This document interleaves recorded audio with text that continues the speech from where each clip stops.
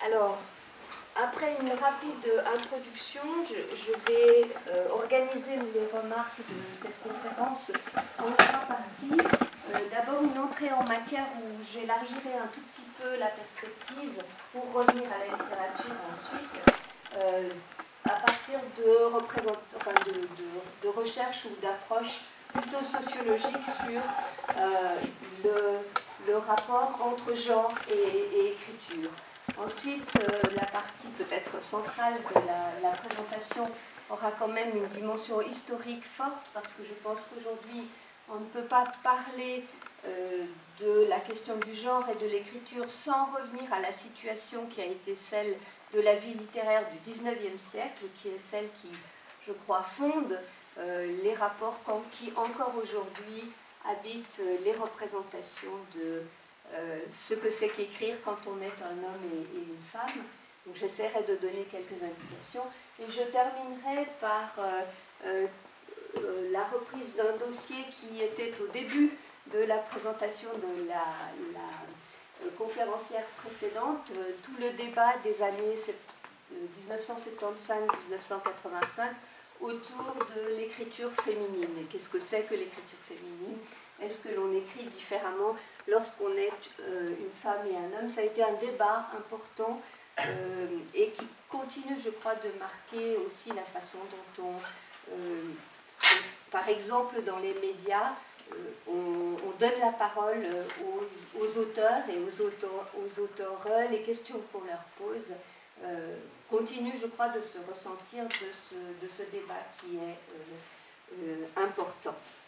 Alors, comme la conférencière précédente, je m'appuie sur la définition du genre fournie par la Commission européenne. Donc là, il y a un certain nombre de convergences entre nos deux conférences, simplement pour mettre les choses au point et rappeler que ce qu'on appelle le genre, c'est un outil de réflexion qui peut être utilisé dans toutes sortes de contextes, et en particulier pour ce qui concerne en sciences humaines, qui essaye de faire apparaître que le fait d'être un homme ou d'être une femme dans un contexte social, historique, sociologique donné, relève aussi bien d'une réalité qui peut être physiologique, le fait d'être biologiquement un homme et une femme, mais est aussi très fortement influencé par la façon dont les sociétés imaginent ce que c'est que d'être une femme ou un homme. Donc les institutions, les processus de socialisation et ce qu'on appelle le substrat culturel, les valeurs, les normes d'une société sont autant de critères qui influent la définition de ce que c'est qu'être un homme ou être une femme. À cette définition, et malgré le caractère apparemment assez égalitaire du petit logo qui figure ici, j'aimerais tout de même insister sur le fait que le genre, dans les sociétés dans lesquelles nous sommes, procède malgré tout d'un certain nombre d'une pensée qui n'est jamais indemne de quelque chose qui relève d'une certaine hiérarchie, une hiérarchie où pendant des siècles les hommes ont dominé sur les femmes, et que cette réalité d'une hiérarchie entre le féminin et le masculin implique aussi toute une série de dissymétries dans la façon dont on peut penser les problématiques. Et peut-être le premier point sera pour moi l'occasion d'essayer d'illustrer un peu cette idée.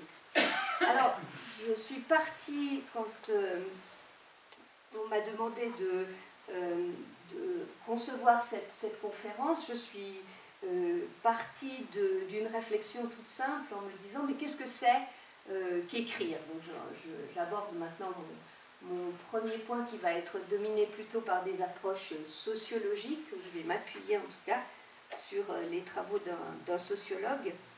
Qu'est-ce que c'est qu'écrire? Et la première idée qui m'est venue, c'est que écrire confère du pouvoir. Écrire est une affaire de pouvoir, parce que Écrire, c'est être capable d'écrire, c'est détenir un certain savoir, une façon de maîtriser la langue d'une manière seconde. Le langage, la langue est déjà un système conventionnel, qui fournit un certain nombre de moyens d'expression, et l'écriture vient redoubler par des compétences encore plus complexes cette capacité qu'elle offre de maîtriser la langue et de donner donc des capacités d'expression à celui qui sait écrire. Écrire dans la sphère publique, c'est aussi bien souvent le résultat ou l'expression d'un acte d'autorité dans le monde, en tout cas dans lequel nous vivons. Une loi s'écrit, un décret s'écrit aussi, un livre ou une œuvre de fiction est aussi supporté par un support écrit. La politique, le jeu politique peut s'exprimer également par des écrits, on peut rédiger des manifestes, on peut écrire des tracts. Donc par bien des aspects, écrire c'est un acte public et politique. Et c'est à cause de cette valeur, enfin c'est en grande partie effectivement à la lumière de cette valeur symbolique forte de l'écriture et du savoir qu'elle confère, de la maîtrise qu'elle confère, que lorsqu'on réfléchit à la place de l'écriture dans la vie sociale, on peut se rendre compte que les relations que les hommes et les femmes entretiennent avec ce savoir de l'écriture n'est pas toujours égal, et qu'il a été, en tout cas dans la longue durée, générateur d'un certain nombre d'inégalités et de dissymétries. Et en particulier dans le monde de la littérature, je pense que je n'étonnerai personne en disant que pendant longtemps, l'accès au statut d'auteur a été difficile ou restreint par les femmes, et que la fonction de l'auteur est une fonction qui s'imagine, ou qui, lorsqu'on dit un auteur, on va un peu spontanément voir une figure comme le portrait de Victor Hugo, par exemple, une figure qui est construite au masculin. Mais il faut aller un petit peu plus loin dans la réflexion et se dire que écrire, ça n'est pas seulement une activité publique, mais c'est aussi une tâche qui peut relever du privé. Entretenir des relations amicales en écrivant des petits mots aux amis qui sont dans la joie ou dans la peine, rédiger des lettres de demande ou de réclamation, s'adresser à son assurance, remplir une déclaration d'impôt, faire une liste de courses, tenir l'agenda de la famille, sont aussi des tâches d'écriture. Or, dans cette sphère-là, curieusement, les travaux de certains sociologues, et en particulier je m'appuie là sur le travail de Bernard Lahire, qui a écrit plusieurs, là je vous donne les références d'un article, mais il y a plusieurs publications de Bernard Lahire, qui fait apparaître le fait que dans la sphère privée, ces tâches de l'écriture sont bien plus souvent prises en charge par les femmes que par les hommes. Et cette façon de répartir du coup dans la sphère privée la répartition entre le masculin et le féminin au regard de l'écriture de manière inverse à ce que l'on peut voir à l'œuvre dans la sphère publique est assez intéressante. Le domestique, c'est l'espace en général géré traditionnellement par les femmes, et ce que l'on constate en s'appuyant sur des travaux comme ceux-ci, c'est que à l'intérieur de l'organisation du travail domestique, toutes ces tâches d'écriture sont prises en charge par les femmes dans la continuité de ce dont elles se chargent par ailleurs, c'est-à-dire du ménage ou d'autres tâches, c'est-à-dire qu'elles mettent leurs compétences au service du groupe familial, et écrire entre aussi dans ces faire les comptes ou des choses comme ça, entre dans des activités dans lesquelles les femmes vont fournir un certain nombre de services à l'ensemble du groupe familial. Et du coup, on arrive à une situation qui me paraît très intéressante parce que inversée au regard de la répartition genrée de l'écriture à l'intérieur de la sphère publique et de la sphère privée. Évidemment, c'est un tableau, donc c'est forcément réducteur, hein, mais il me paraît tout de même intéressant de faire apparaître des polarités qui peuvent être assez différentes. Dans la sphère publique, l'écriture est une écriture qui est créative et performative, pas forcément littéraire. J'ai fait allusion à des situations d'écriture de l'ordre du politique ou du juridique, mais écrire est un acte, et l'auteur est investi justement de l'autorité de cet acte, et il s'adresse à un auditoire de lecteurs ou de lectrices, et l'autorité passe du foncé au clair. Hein, c'est ce que j'ai essayé d'illustrer dans ce tableau. Alors que dans la sphère privée, on a affaire à des rédactrices qui vont écrire au nom du groupe familial pour s'adresser à une assurance ou à des amis. Et donc la rédactrice dans la sphère privée n'est pas forcément l'auteur personnel de cette écriture. Elle écrit aussi pour l'ensemble des bénéficiaires qui vont s'exprimer à travers la lettre de réclamation ou de condoléances. J'ai été assez frappée par cette répartition étonnante, cette inversion de la polarité. En même temps, ce n'est pas quelque chose de très étonnant quand on a l'habitude de travailler avec la dimension du genre, avec cet outil conceptuel qu'est le genre. On est assez familier de ce type de renversement, précisément parce que l'opposition entre sphère publique et sphère privée est une opposition qui induit clairement des répartitions de rôles sociaux de sexe assez différentes. Mais ce qui m'a intéressée aussi dans la mise en place, à travers ces lectures de cette première état des choses dont je confesse volontiers le caractère un peu schématique, c'est que cela m'a permis d'avancer un petit peu dans la réflexion et de me dire que cette analyse de la situation de l'acte d'écriture dans la sphère privée nous permet aussi de raffiner un petit peu le point de départ duquel j'étais partie, c'est-à-dire que dans la sphère publique également et dans la sphère professionnelle peut-être plus particulièrement, on peut retrouver cette dichotomie entre une écriture d'auteur et une écriture déléguée ou une écriture ancillaire, une écriture de service si vous voulez, et qu'il y a toute une série de métiers dans lesquels l'écriture est une activité professionnelle, mais dans lesquels celui qui écrit n'est pas à l'origine de l'énoncé de ce qu'il écrit. Et l'exemple type, c'est l'exemple d'un métier féminin par excellence, celui de la secrétaire. La secrétaire est celle qui écrit pour quelqu'un d'autre. On pourrait penser au greffier également, au clerc. Le souverain édicte une loi, mais ce sont les clercs qui vont les rédiger et les mettre par écrit. Et ce qui est frappant, c'est que ces métiers d'écriture sont largement ouverts, d'écriture déléguée, sont largement ouverts aux femmes.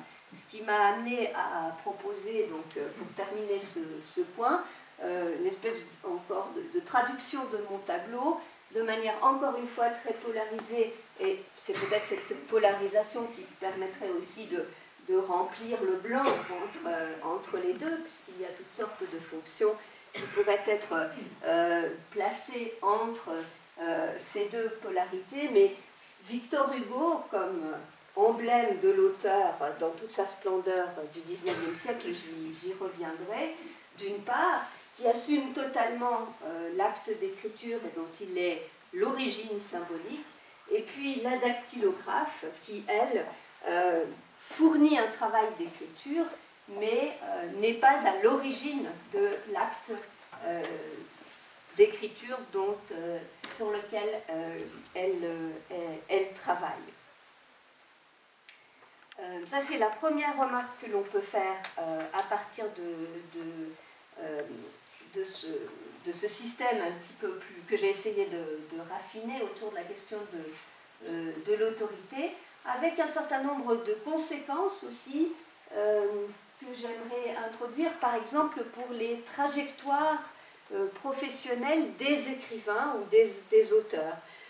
Très souvent, un écrivain ou un auteur, quand il ne peut pas subvenir à ses besoins par son travail de création, va exercer un métier d'écriture connexe à celui d'auteur ou d'écrivain. Il va être professeur, journaliste, des métiers de ce type-là. Qu'en est-il des femmes écrivains? Bien sûr, on a beaucoup de femmes écrivains qui sont aussi des académiques, qui sont aussi des universitaires, mais je voulais simplement rappeler le cas d'une auteure suisse romande, Alice Riva, qui est une très grande romancière romande. Vous connaissez peut-être ses romans tout à fait passionnants, mais qui était dactylographe au BIT, qui a toute sa vie travaillé comme dactylographe, comme secrétaire au Bureau international du travail. Donc, cette tension entre une écriture dont on est l'auteur et une écriture déléguée peut très bien habiter aussi le vécu d'une femme écrivain qui cherche à trouver sa place dans le monde de la littérature. Et puis deuxième remarque sur les conséquences que l'on peut tirer de la mise en place de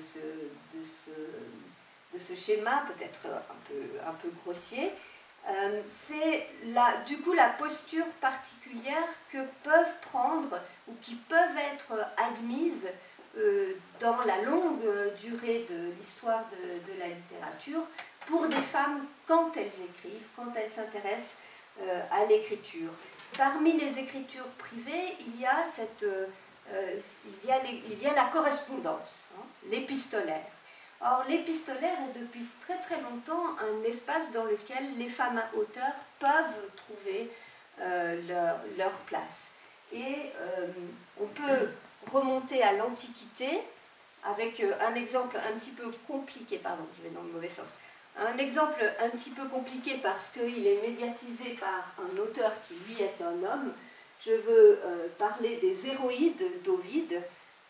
Ovide écrit donc un recueil de lettres d'amour dans lequel il donne la parole successivement à des amoureux et à des amoureuses.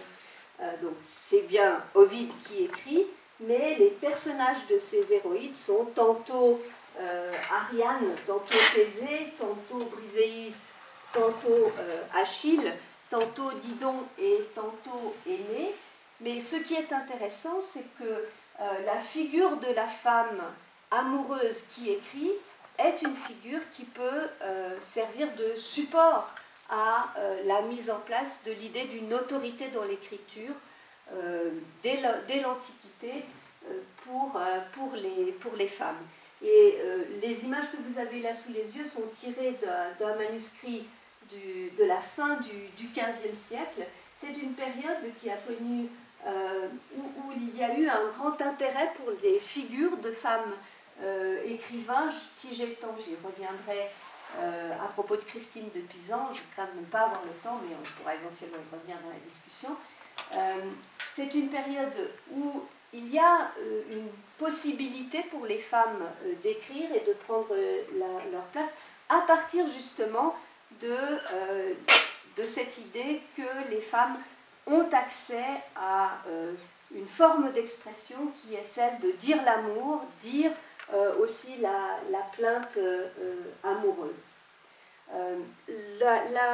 La licéité, si vous voulez, du rapport entre la femme et l'épistolaire, dans le canon de la littérature française, elle s'exprime par excellence à travers la figure de Madame de Sévigné, qui est à peu près dans le canon littéraire qui se met en place à la fin du XIXe siècle et au XXe siècle et qui va disons, continuer à faire autorité jusqu'à assez tardivement dans le XXe siècle. Madame de Sévigné est à peu près une des seules femmes auteurs que l'on fait lire aux lycéens, par exemple, parce que Madame de Sévigné écrit des lettres. C'est-à-dire que écrire des lettres, c'est une activité d'écriture que l'on peut imaginer, que l'on peut concevoir pour une femme. Et Alphonse de Lamartine va faire l'éloge de Madame de Sévigné en disant « Madame de Sévigné était un écrivain de cœur, un génie du foyer, un esprit domestique ». Donc c'est à partir c'est tant que la femme reste dans l'espace domestique, elle peut, dans une certaine mesure, devenir un grand écrivain, parce qu'elle nous parle finalement de son expérience domestique à partir de son expérience de femme au foyer. Donc, dans ce premier point, j'ai essayé de mettre en évidence qu'il y a des différences et que ces différences sont très fortement justement en prise sur ce qu'on appelle le système du genre, c'est-à-dire les valeurs traditionnelles attribuées aux hommes et aux femmes, et en particulier dans un monde où l'espace domestique reste dominé par la figure féminine et l'espace public par des figures masculines. Alors, à la fin de cette trop schématique mise en place, j'aimerais donc revenir sur ce que je disais au début, et peut-être un peu avancer un tout petit peu dans la réflexion. Écrire, c'est une activité humaine complexe et dont les fonctions sont multiples, elles sont divergentes. Elles peuvent être prestigieuses, mais elles peuvent être subalternes également. Et la répartition des rôles sociaux de sexe influe beaucoup sur la façon dont un homme ou une femme va pouvoir se saisir de cette activité. Et aussi le capital social des auteurs, évidemment. C'est un paramètre qui est aussi très, très important.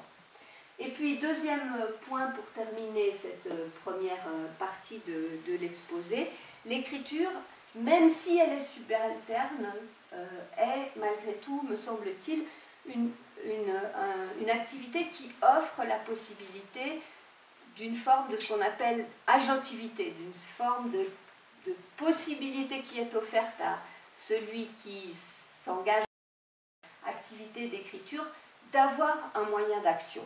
Même lorsque l'on est une secrétaire, on a un espace d'agentivité dans le monde dans lequel on écrit.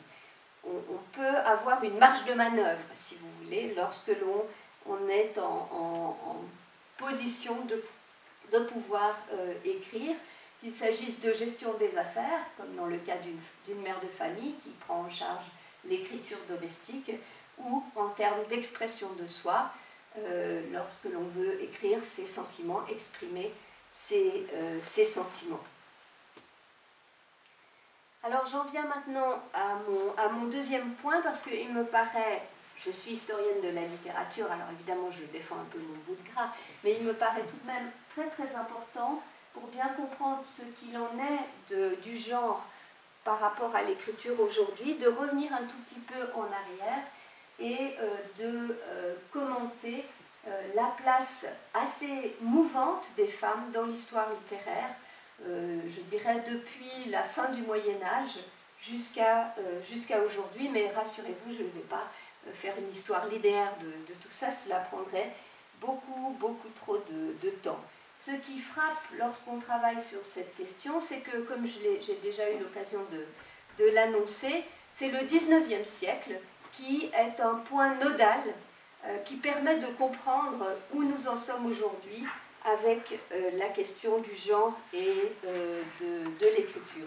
C'est une période qui marque un véritable tournant et c'est une époque de changement de paradigme.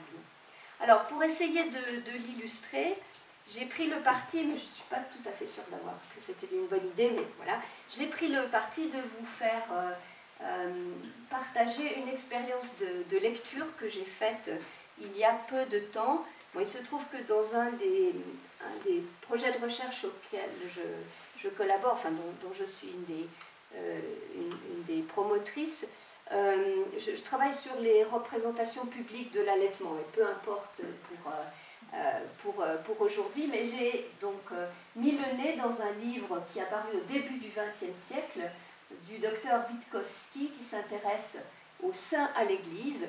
Le docteur Witkowski est un anticlérical notoire, comme le début du XXe siècle en produisait beaucoup, et il s'est intéressé justement aux représentations des saints dans l'art religieux. Il va écrire un livre pour dénoncer une forme d'hypocrisie dans l'art religieux, mais peu importe pour nous.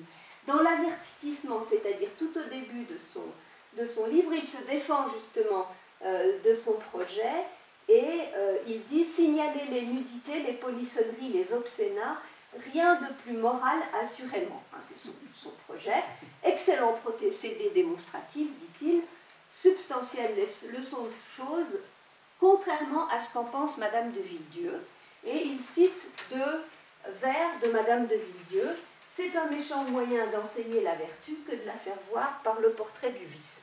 À première vue, ce que je vous raconte là n'a rien à voir avec notre sujet, mais c'est la note en bas de page qui vient donc signaler cette citation d'une femme auteure qui m'a fait véritablement sursauter parce que c'est un condensé de tout ce qu'on dit dans la deuxième partie du XIXe siècle et au-delà, sur les femmes qui se piquent de vouloir être auteurs.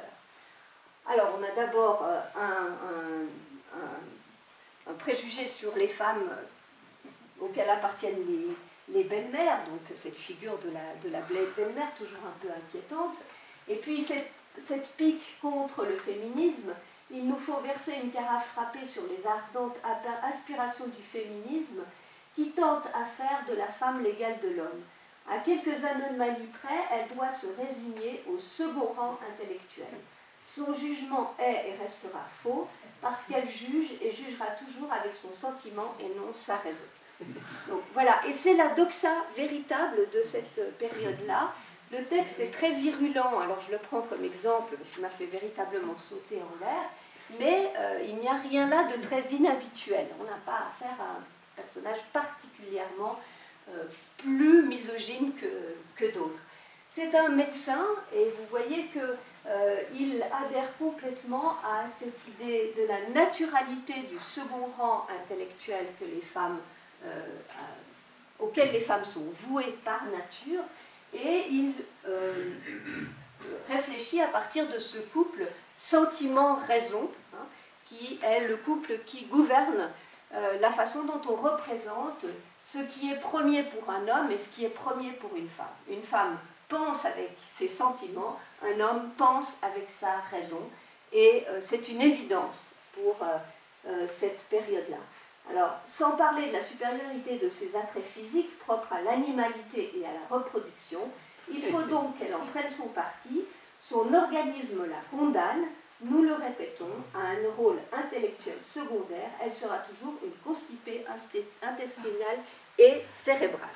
Donc on voit bien le médecin, et on voit bien combien s'ancre dans le corps, dans la représentation du corps, la répartition et l'opposition entre le masculin et le féminin. Nous sommes aux antipodes du genre.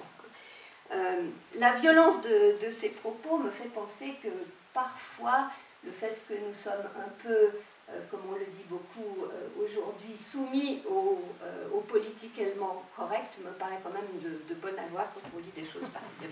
Bon, c'est une petite parenthèse.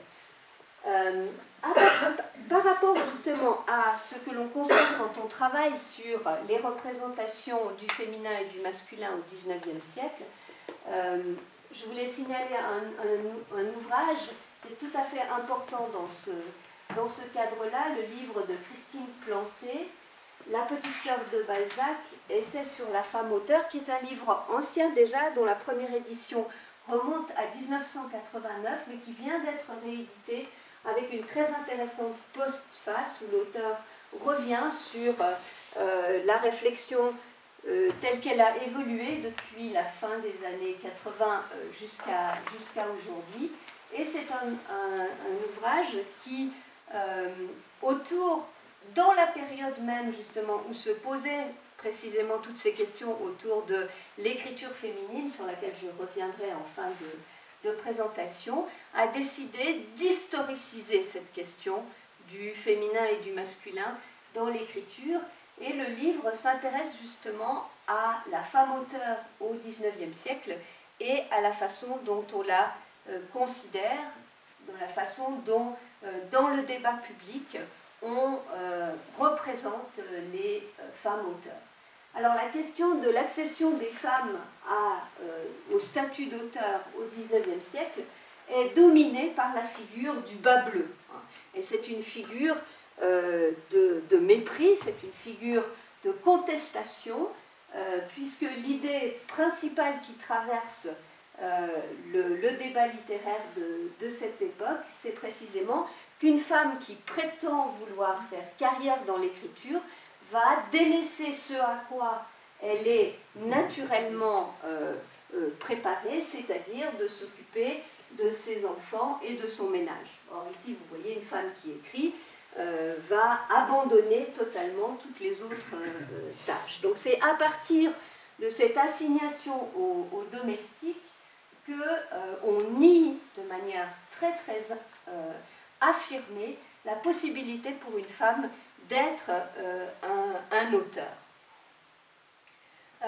Jules Barbet d'Aurevilly, c'est lui dont ici a publié donc, un livre, Les œuvres et les hommes, donc sur ce que c'est que la littérature, un livre sur la littérature si vous voulez, et consacre un chapitre précisément à la femme auteur sous ce titre les bas bleus. Et il écrit: les femmes qui écrivent ne sont plus des femmes, ce sont des hommes, du moins de prétention, et manqués, ce sont des bas bleus.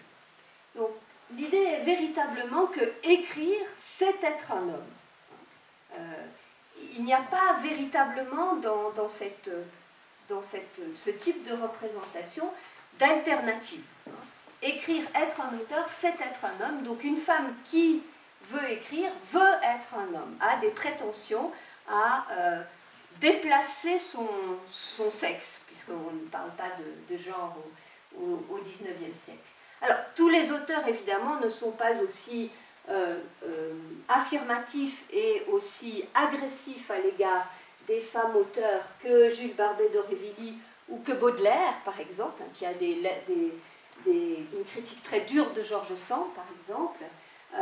Quelqu'un comme Flaubert, et Balzac était aussi beaucoup plus ouvert à la participation des femmes au métier de la littérature.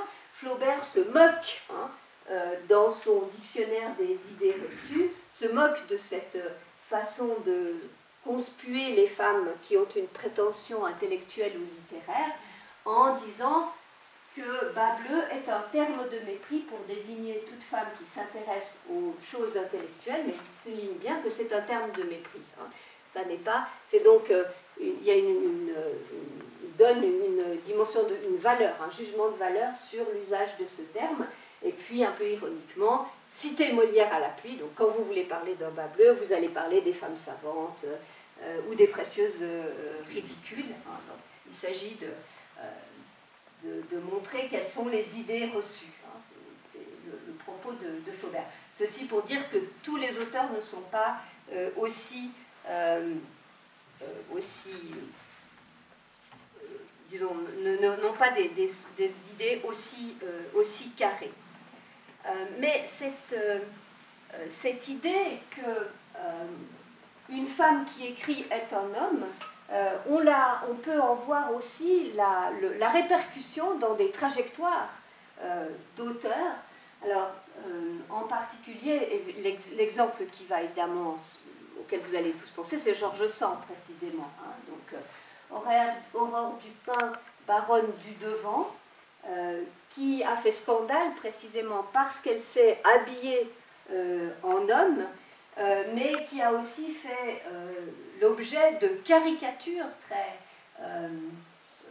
là aussi très sarcastiques, précisément autour de cette thématique de la masculinisation de la femme qui écrit, hein, de la femme fait homme. C'est une caricature de George Sand. Et là également, on a un portrait un peu caricaturé. George Sand s'explique de sa vie sur la raison pour laquelle, je ne vais pas trop prolonger là-dessus, pour laquelle elle a choisi d'écrire sous un nom masculin, hein, George Sand. Il y a là aussi des considérations qui ont à voir avec son statut social. Je laisse cette question pour le moment parce que ça m'entraînerait trop loin, mais on pourrait éventuellement y revenir dans la discussion.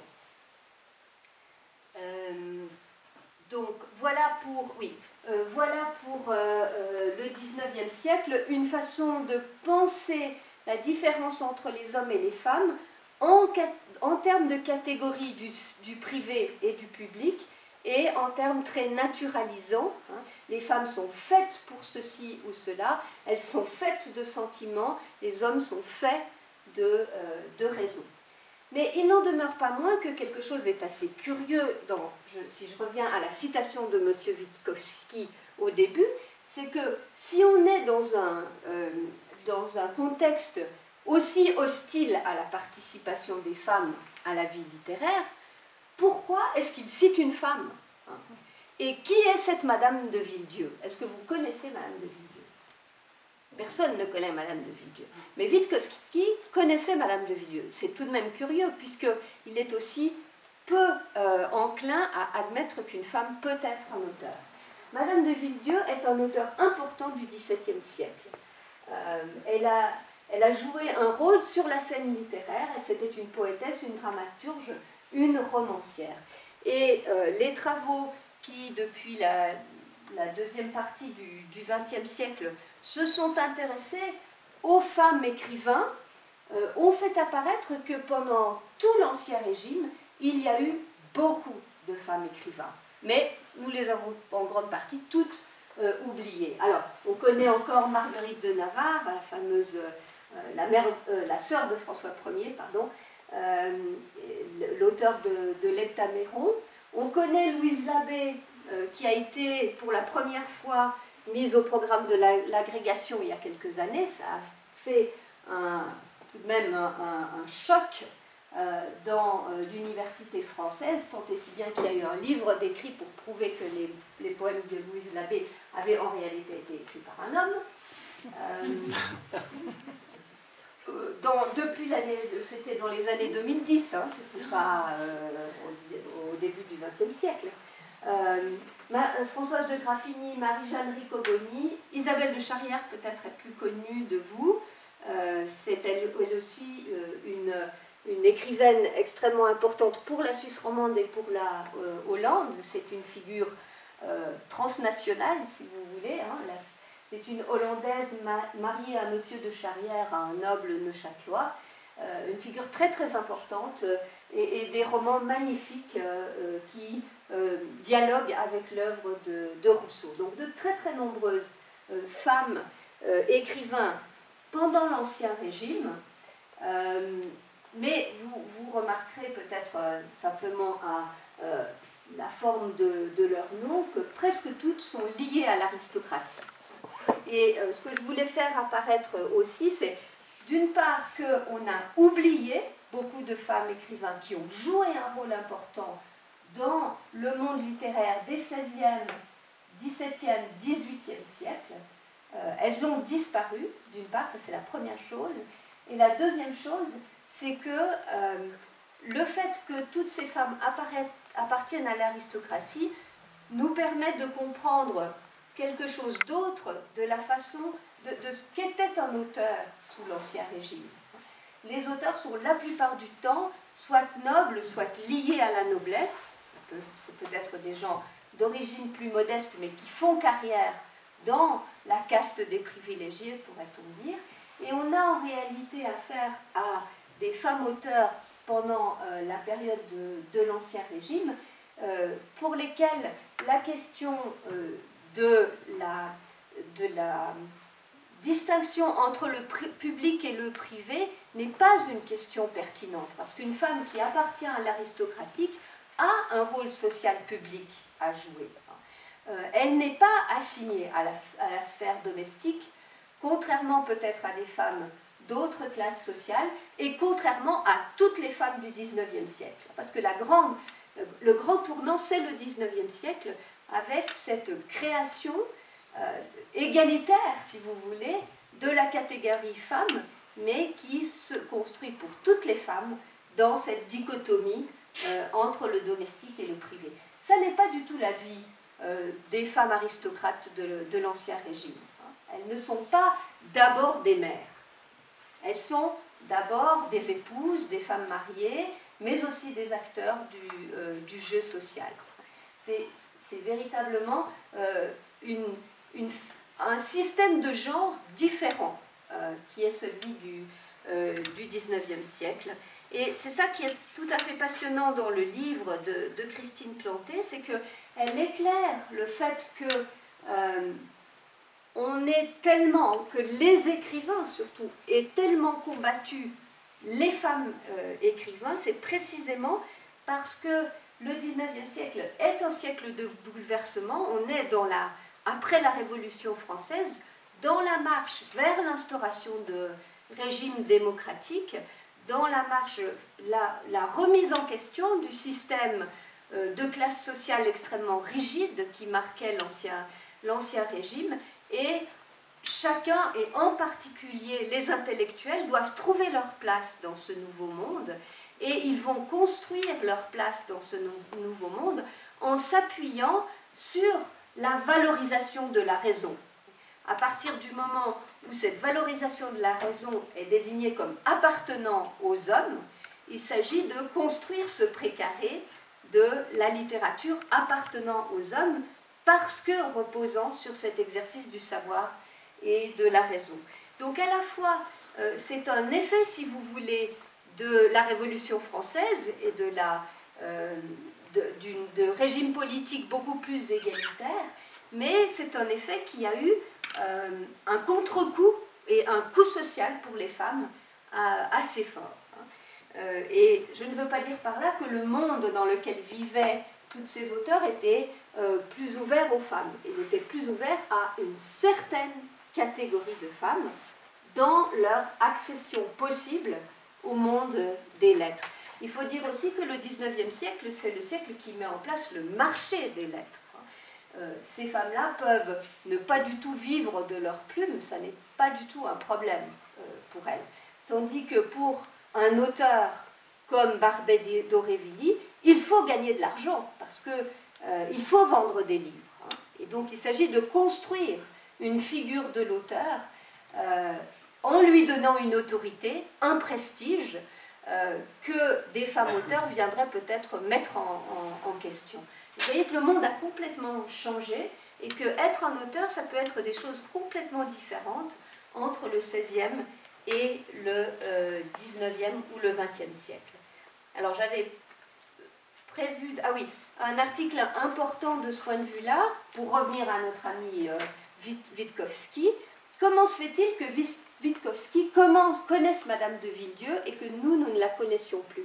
C'est précisément ce que les études de John Dejean avaient déjà il y a longtemps mis en évidence, c'est que cet oubli des femmes du XVIIe, XVIe, XVIIe siècle, il a été construit à la fin du XIXe siècle au moment de la mise en place, sous la Troisième République, des grandes universités, de ces grands champs du savoir entièrement masculins à l'époque, dans un contexte aussi de nationalisme, et on a mis en place un canon scolaire qu'on a offert à tous les collégiens, les lycéens, les étudiants et les étudiantes pendant en tout cas un bon siècle, qui a fait disparaître précisément toutes les femmes écrivains, à l'exception de très rares comme Madame de Sévigné, parce qu'elle entrait assez bien dans le tableau.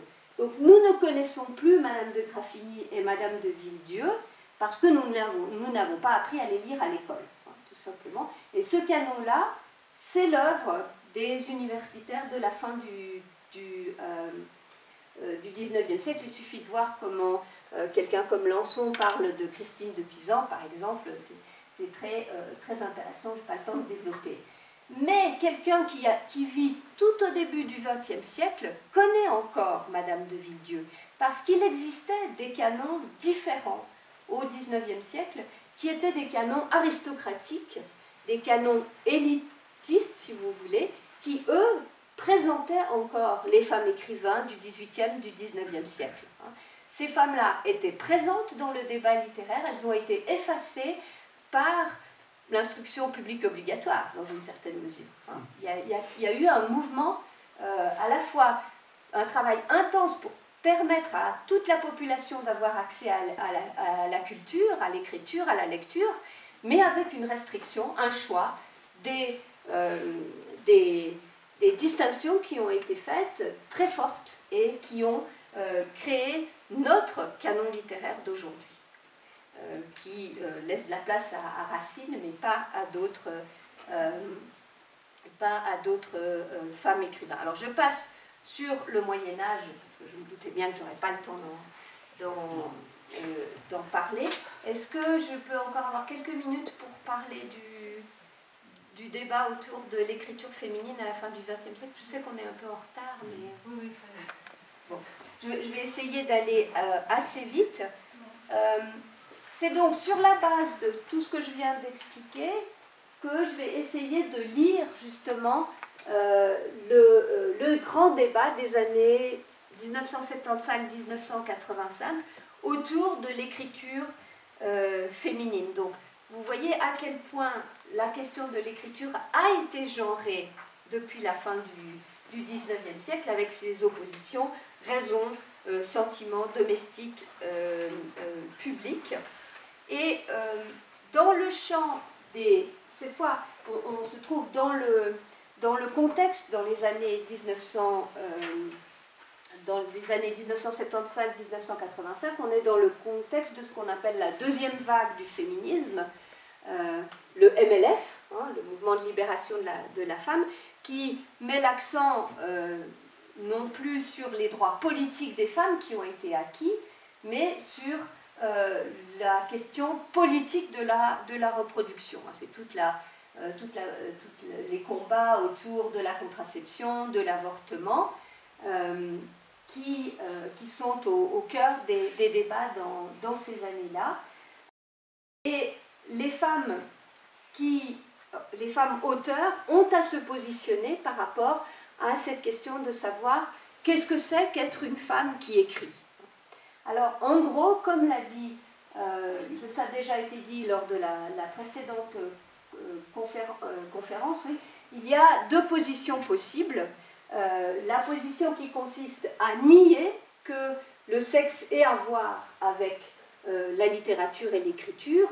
Donc, le génie n'a pas de sexe, c'est la phrase qui, déjà au XIXe siècle, était celle brandie par les femmes qui cherchaient à s'introduire dans ce marché de la littérature naissant.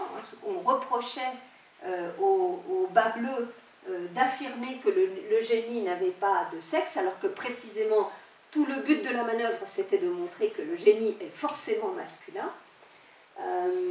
Et puis, on peut reprendre la phrase emblématique, qui est plus ancienne aussi que celle que les années dont je parle, qui est celle de Virginia Woolf.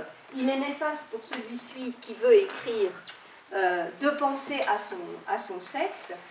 Là aussi, la réaction de Virginia Woolf, qui écrit avant la Seconde Guerre mondiale, c'est précisément de revendiquer une posture pour la femme écrivain qui soit neutre, une recherche de neutralité, qu'on ne soit que la première chose à laquelle on pense quand on pense Virginia Woolf, ça ne soit pas c'est une femme, mais que ça soit c'est un écrivain. C'est ce combat-là qu'on peut mener face à la situation du système du genre de la littérature tel qu'il s'offre après la Seconde Guerre mondiale et dans le cadre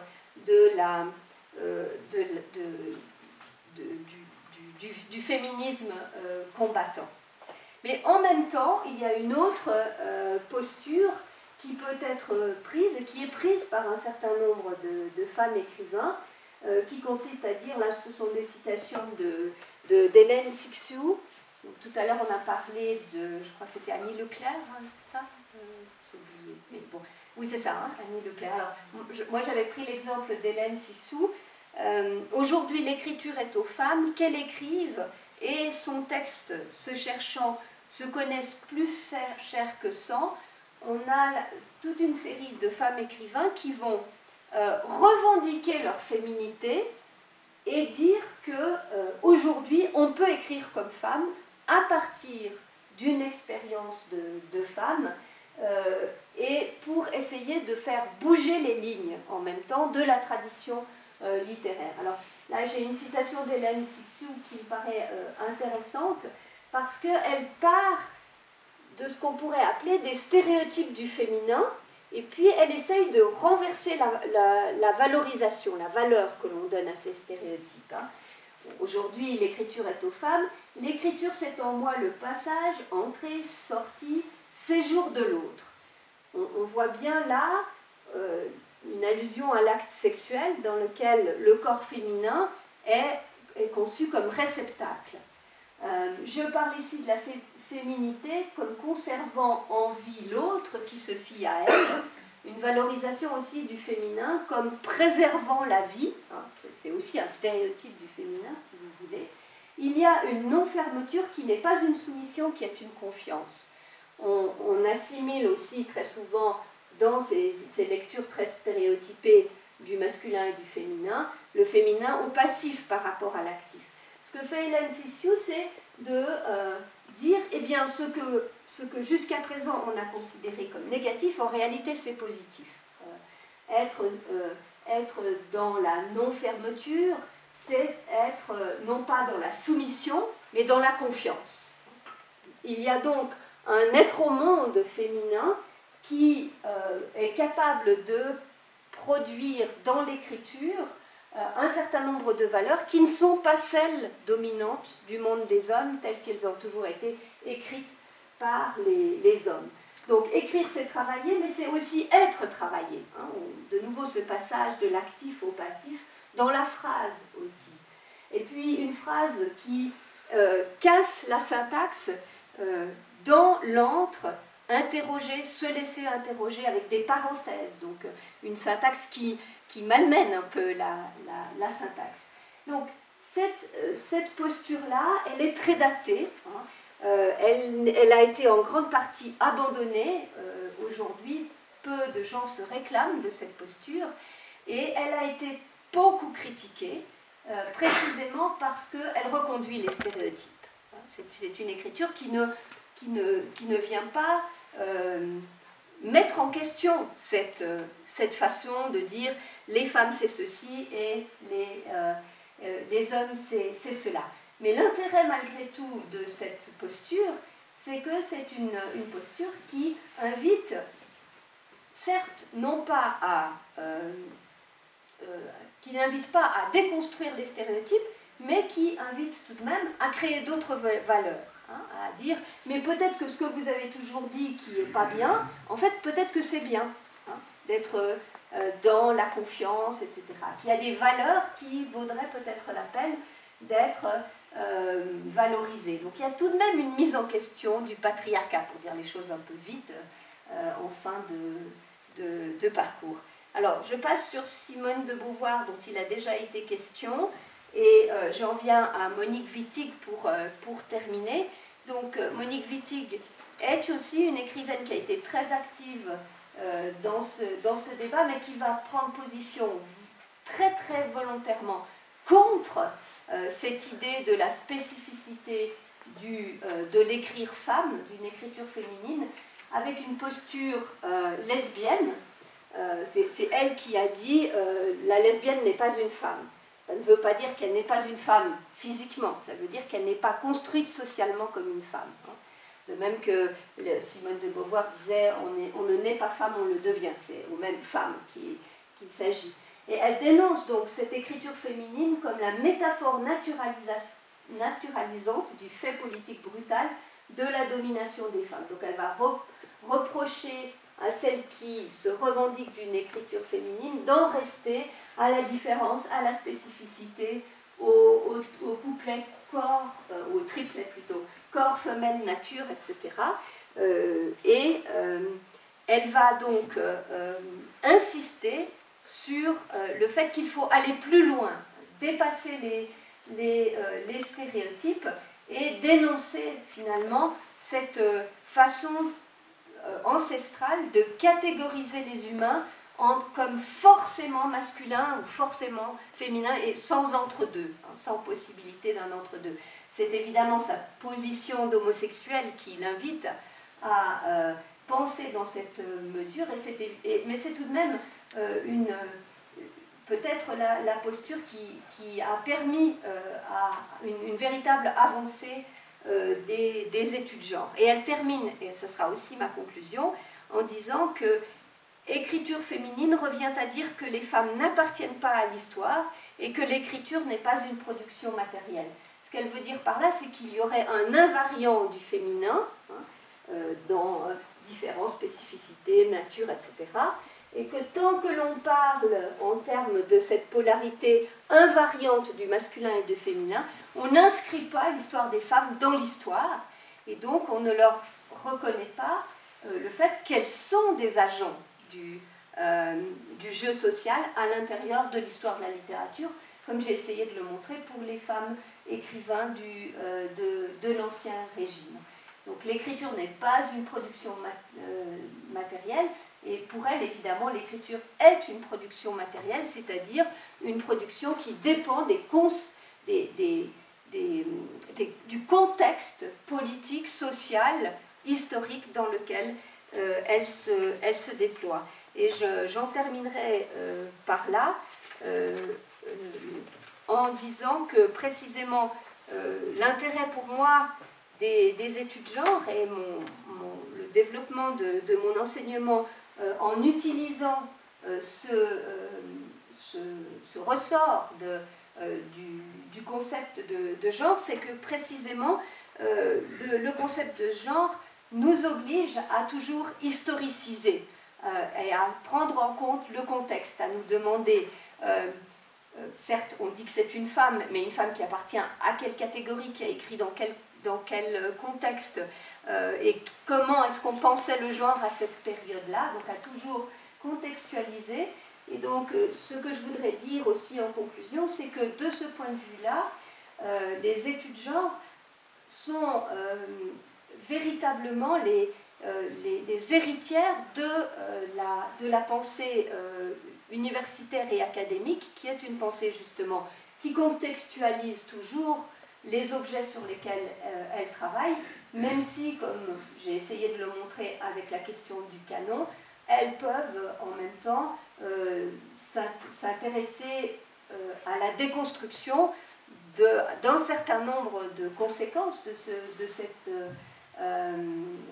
enseignement universitaire quand il est par trop marqué par des biais justement de genre. Voilà, je vais m'arrêter là. Merci beaucoup pour votre attention.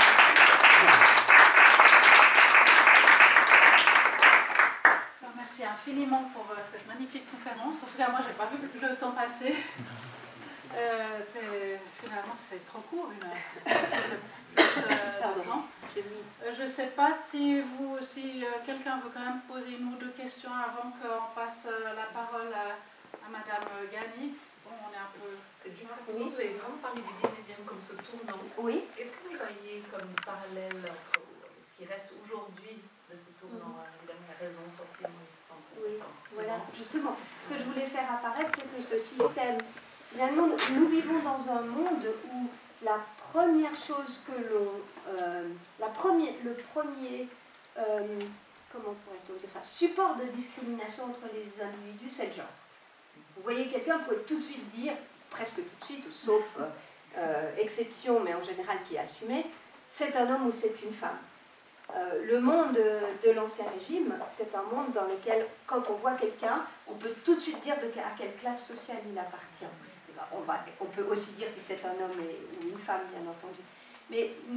Et donc, c'est ce poids, finalement, du genre comme marqueur discriminant premier dans les relations sociales qui s'est forgé au XIXe siècle, et nous en sommes encore très très largement les héritiers. C'est contre ça que tous les mouvements féministes se sont construits et battus, contre ce système-là, raison, sentiment, nature, culture, etc. Montrer que ce système, celui d'avant la Révolution française, pour faire bref, évidemment les choses évoluent toujours beaucoup plus lentement qu'on ne veut bien le dire, mais il faut un petit peu parfois voilà, faire marquer des frontières. Ce système n'a pas toujours vécu comme tel, n'a pas toujours été celui-là. Mais c'est celui qui nous construit aujourd'hui. Je crois qu'on en est encore largement tributaire. Même si le féminisme a contribué à le remettre en question très, très fortement. Voilà, oui, là j'avais prévu une petite bibliographie. Vous voulez parler un peu de Marguerite Duras? De Marguerite Duras. Oui. Si je veux parler de Marguerite alors, Marguerite Duras fait partie de ces auteurs... c'est compliqué, Marguerite Duras, ça m'entraînerait très très loin. Je crois qu'on pourrait peut-être en parler en face à face. Il y a un article de Marcel Marini qui montre que Marguerite Duras... qui montre que Marguerite Duras, justement, se tient à l'écart, enfin, fait partie de ces auteurs plutôt du côté de l'écriture femme, au sens où elle ne remet pas en question la partition du genre traditionnel. Mais elle n'est pas, on ne pourrait pas non plus dire qu'elle est aussi militante qu'une Hélène Cixous, par exemple, ou qu'une Catherine Clément également, avec qui Hélène Cixous a écrit. Oui, il faut. Oui. Mais je crois qu'il faut qu'on s'arrête.